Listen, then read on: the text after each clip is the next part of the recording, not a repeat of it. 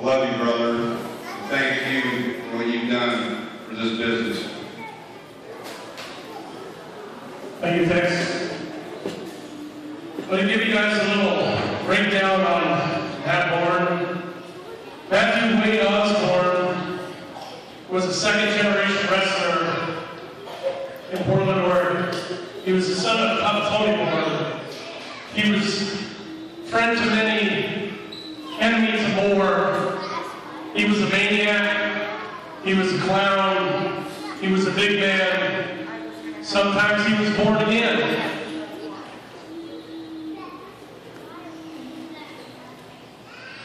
One thing the man was an opportunist.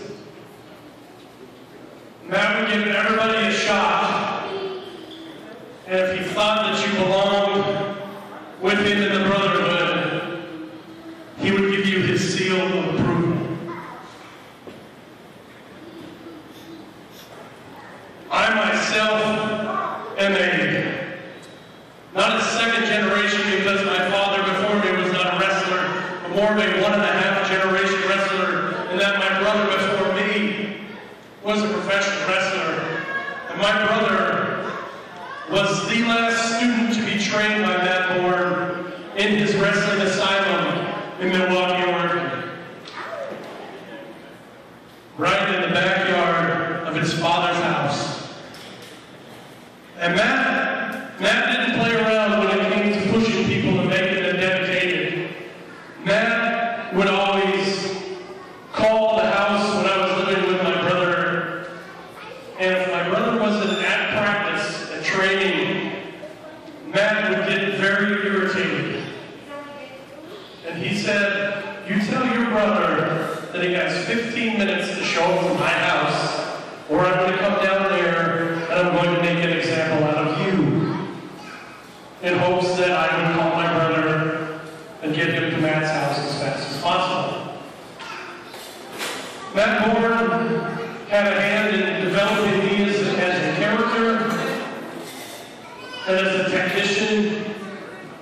Matt Borne made me puke in training because he pushed me to be the very best at what I could do. The legacy of Matt Borne will live on, and the history of Matt Borne will live on forever in our hearts, forever in our minds.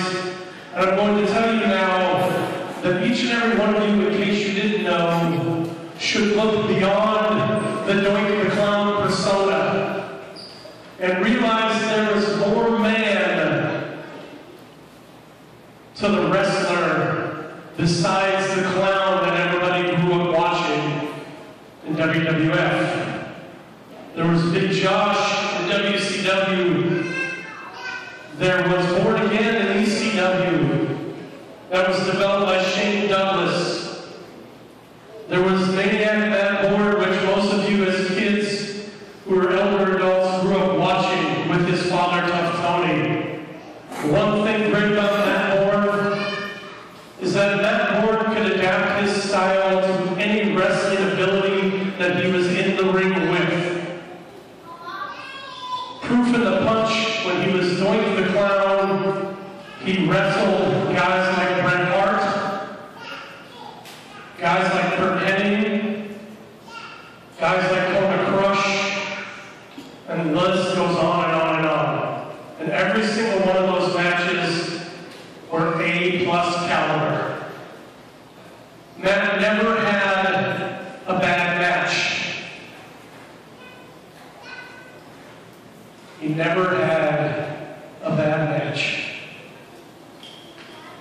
One last story. The night that Buddy Highway and I tagged up against C.W. Bergstrom and Matt Borne took my wallet and he put it in his pants.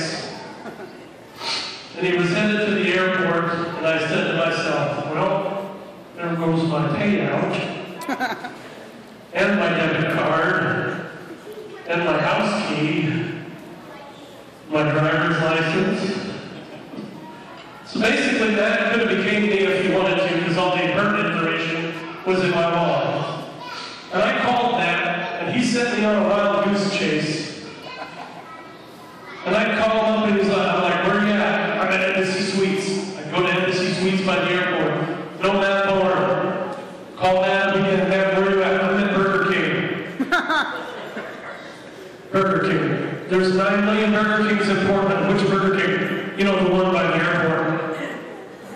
I go to Airport Way. Matt Borne is not at the Burger King at Airport Way inside. He is hiding in his car on the other side of the Burger King. And I called him, and he said, I'm on the other side.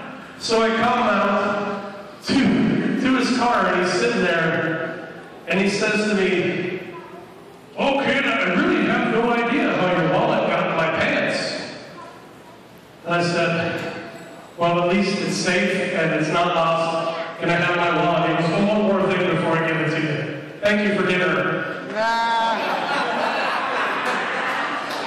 Matt had taken his friend in, and they had ordered Burger King on Tommy Celsius for the night. That is my recollection of Matt Borne. Ken, finish it up and we will do our 10 minutes. Thanks, Tommy. I've known Matt for all of the 20 years I've been in the business. In fact, Tommy, you said stamp of approval. Matt actually gave me the start in being behind the scenes and doing play-by-play. And that was at the old Bagley Center. And that was where I had my first encounter with doing play-by-play. When Dutch got mad, he walked off the set, walked off the stage, and Sandy Barr says, okay, kid, you're up. Well, when Dutch figured out that he really didn't have anything over Sandy at this point, he came back. You were there, you remember that night. So it was trial by fire, and I've never looked back. And it was Matt that brought me into the locker room and taught me how to do interviews and taught me how to do play-by-plays and how to conduct an actual round-table discussion. Many times we snuck into the locker room to do an interview with somebody, usually Richie Magnet and his burgers, and Dutch would see me back there and throw me out. Well, when Matt found that out, they had words. And basically told him, well, he's here and he wants to do these. You're such a superstar and can't show up. So I'm giving the kid a chance. And I'm that kid 20 years ago.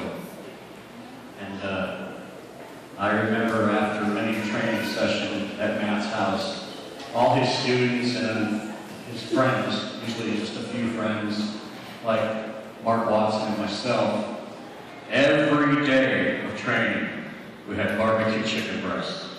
I am so sick of chicken breasts that I can't tell you when I might eat that again. But thank you, Matt. What an inspiration you've been.